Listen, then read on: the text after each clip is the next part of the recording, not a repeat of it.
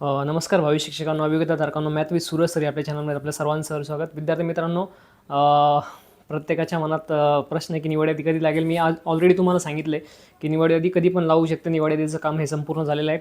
आज उद्या परवा कधी पण निवड यादी लागणार आहे 25 तारखेच्या आत. त्यामुळे त्याच्याबद्दल आता कृपया प्रश्न विचारू नका.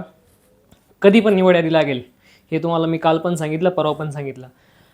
तर सर्वात महत्त्वाचा प्रश्न आहे, आता विदाऊट इंटरव्ह्यूची निवड यादी लागणार आहे, विथ इंटरव्ह्यूची देखील निवड यादी लागेल, परंतु त्यामध्ये थोडा गॅप असेल. भरपूर असे विद्यार्थी आपल्या कमेंटच्या माध्यमातून विचारत आहे की विथ इंटरव्ह्यूचं मेरिट किती लागेल, विथ इंटरव्ह्यूला आमचं सिलेक्शन होईल का. कारण कमी मार्क्सवाले जे विद्यार्थी आहेत त्यांना लास्ट होप जी असते ती विथ इंटरव्ह्यूमध्ये असते. कारण काही काही विद्यार्थी असतात जे TET CTT पास नसतात आणि त्यांना स्कोअर देखील चांगला असतो.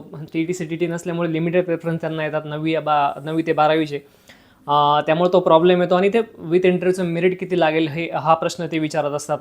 साहजिकच आहे, प्रत्येकाला अशा अपेक्षा आहे की आपण देखील या शिक्षक भरतीमध्ये लागलो पाहिजे. विद्यार्थी मित्रांनो, विदाऊट इंटरव्ह्यूचं मेरिट आपल्याला सांगता येऊ शकतं, परंतु विथ इंटरव्ह्यूचं ॲक्युरेट मेरिट एक्झॅक्ट मेरिट आपण सांगू शकत नाही.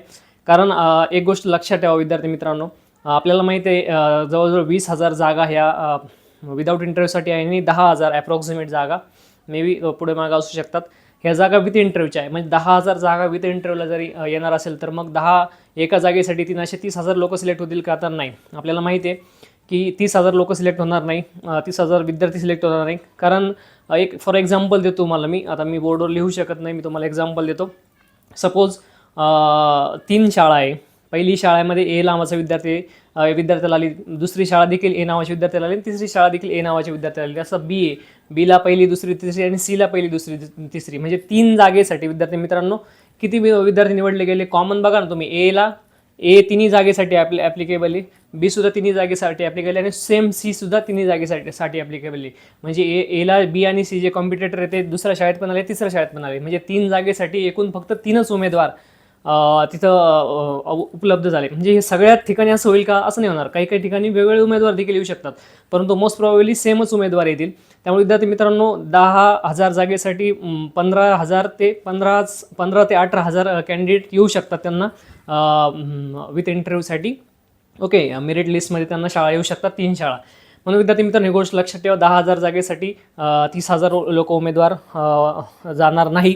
ही गोष्ट सर्वात आधी क्लिअर झाली पाहिजे आणि मी तुम्हाला ABC उदाहरण देखील दिलं, ते गोष्ट लक्षात ठेवा. मग विद्यार्थी मित्रांनो, सर्वात महत्त्वाचा प्रश्न आहे मेरिट किती लागेल. आता आपल्याला माहिती आहे विदाऊट इंटरव्ह्यूचं मेरिट हे फार कमी लागणार आहे, 120-130 पर्यंत मोस्ट ओपनचं मेरिट लागू शकतं.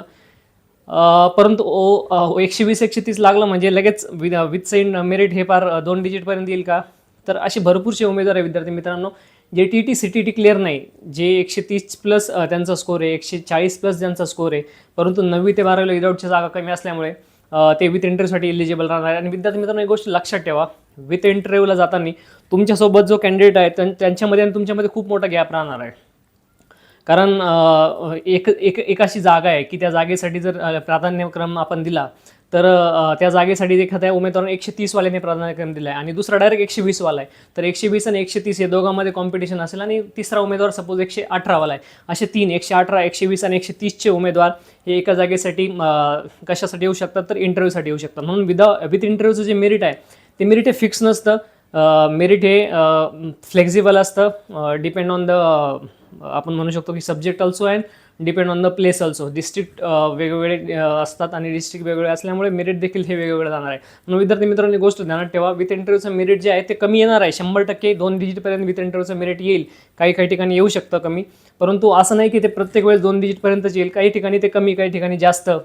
जर मेट्रो सिटी असेल तर 140 वाले तिन्ही उमेदवार 9वी ते 12वीच्या विथ इंटरव्ह्यूसाठी येऊ शकतात. मग पुण्याचं मेरिट 130 लागेल असं समजू, किंवा 140 लागेल. सपोज दुसरा जो पालघर आहे, सपोज पालघर ठिकाणी जर प्रेफरन्स देणारे उमेदवार हे सगळे 100च्या आतले, मग तिन्ही उमेदवार हे 100च्या आतलेच येतील. 90 मार्क आहे, सपोज 90 मार्कवाले तिन्ही उमेदवार येतील. ही गोष्ट आपण ध्यानात ठेवली पाहिजे, कारण विथ इंटरव्ह्यूचं जे मेरिट आहे ते फ्लेक्झिबल असतं. ही गोष्ट आपण ध्यानात ठेवा.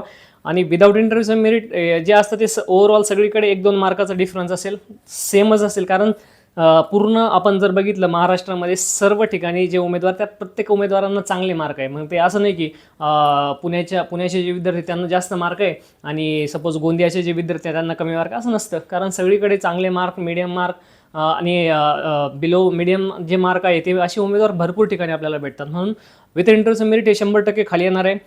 विदाऊट इंटरव्ह्यू जे उमेदवार सिलेक्ट होतील, TET CTT पासवाले विदाऊटला सिलेक्ट होतील, ज्यांचा स्कोर हा 120च्या अबो आहे, ओके, आणि काही कॅटेगरीचं आरक्षण घेणाऱ्यांचा स्कोर 2 डिजिटपर्यंत देखील येऊ शकतो, हे आपण ऑलरेडी तुम्हाला सांगितलं आहे. मग ते आता त्याचा फायदा काय होईल, हे जे उमेदवार सिलेक्ट झाले ते आता कॉम्पिटिशनमध्ये येणार नाही. ते कॉम्पिटिशनमध्ये येणार नसल्यामुळे इतर जे उमेदवार आहे त्या उमेदवारांना चान्स भेटेल आणि विथ इंटरव्ह्यूचं मेरिट हे खाली येईल. म्हणून मी एक रँडमली तुम्हाला सांगतो, तर तुमचा स्कोर जर तुम्ही कॅटेगरीमध्ये आहात, एखादं आरक्षण घेतलं असेल 90च्या प्लस असेल, किंवा तुम्ही कोणत्याही आरक्षण नसेल घेतलं, 100च्या प्लस स्कोअर असेल, 110च्या प्लस स्कोअर तुमचा असेल, तर तुम्हाला विथ इंटरव्ह्यूची होप्स ठेवायला काही हरकत नाही. तुम्हाला 3 शाळा येतील, 100% येतील. आणि शाळा आल्यानंतर विद्यार्थी मित्रांनो एक गोष्ट ध्यानात ठेवा, सर्व आपल्या हातात आहे. तुमचा टेटचा स्कोर तुम्हाला कन्वर्ट करायचा आहे 75मध्ये, आणि इतर आपल्याला 8 आणि 7 डिग्री आणि BEdची जी डिग्री आहे त्याला मार्क आहे, आणि 10 मार्क हे संस्थेवाल्यांच्या हातात आहे, हे आपल्या सर्वांना माहिती आहे. म्हणून विद्यार्थी मित्रांनो, पॅनिक होऊ नका, घाबरू नका. विथ इंटरव्ह्यूची तयारी चांगल्या प्रकारे करा. इंटरव्ह्यू कसा द्यायचा, बोलायचं समोरच्या, बोलायचं कसं, डेमो कसा द्यायचा, हे भरपूर उमेदवारांना माहिती आहे की भरपूर उमेदवार हे आता 50%च्या जास्त उमेदवार जे आहे ते ऑलरेडी कुठं ना कुठं शिकवायला आहे. त्यामुळे त्या गोष्टी तुम्हाला सांगायची गरज नाही, परंतु कॉन्फिडंट राहा, इंटरव्ह्यू चांगला द्या, 100% तुम्हाला याच्यामध्ये सक्सेस मिळेल. विदाऊट इंटरव्ह्यूची यादी लवकरच लागते, त्यासाठी सर्वांना शुभेच्छा. आणि विथ इंटरव्ह्यूची यादी देखील त्याच्यानंतर लागेल. चालू आहे कन्वर्जन राऊंड, त्याच्या आधी लावायचा, परंतु ते अजून फिक्स नाही. पण विद्यार्थी मित्रांनो तयार राहा. विथ इंटरव्ह्यूच्या मेरिटबद्दल मला तुम्हाला हे सांगायचं होतं की कट ऑफ जो असतो तो वेगवेगळा असतो, वेगवेगळ्या ठिकाणचा वेगळा कट ऑफ, वेगळा जिल्हा वेगळा कट ऑफ, वेगळा सब्जेक्ट वेगळा कट ऑफ, ओके. एखाद्याचा कट ऑफ खूप हाय लागेल, एखाद्याचा कट ऑफ खूप लो लागेल. म्हणून विद्यार्थी मित्रांनो ही गोष्ट ध्यानात ठेवा, फिक्स कट ऑफ हा विथ इंटरव्ह्यूचा नसतो आणि नसणार देखील आहे. तुम्ही मागच्या देखील भरतीचं उदाहरण जर घेतलं तर फिक्स कट ऑफ हा विथ इंटरव्ह्यूचा नसणार आहे. त्यामुळं त्याच्याबद्दल कृपया प्रश्न विचारू नका. इतर काय तुमचे प्रश्न असेल, तुम्हाला किती मार्क्स आहे ते कळवा, नक्कीच कमेंटला उत्तर दिलं जाईल. आणि कृपया सर्वांच्या कमेंटला उत्तर दिलं जाईल अशी अपेक्षा करू नका, कारण एका हाताने जास्त टायपिंग होत नाही विद्यार्थी मित्रांनो, तो लेफ्ट हँड आला. त्यामुळे विद्यार्थी मित्रांनो पॉझिटिव्ह राहा. लवकरात लवकर विदाऊट इंटरव्ह्यूची यादी 25च्या आत 100% लागणार आहे. तोपर्यंत चॅनलला सबस्क्राईब करा, लाईक करा, शेअर करा हा व्हिडिओ तुमच्या मित्रांपर्यंत, आणि चॅनलवर राहा. आणि लवकरात लवकर इंटरव्ह्यू कसा हे करायचा, फेस करायचा, त्याबद्दल आपण लवकरात लवकर तुम्हाला मार्गदर्शन करणार आहोत. Thank you so much.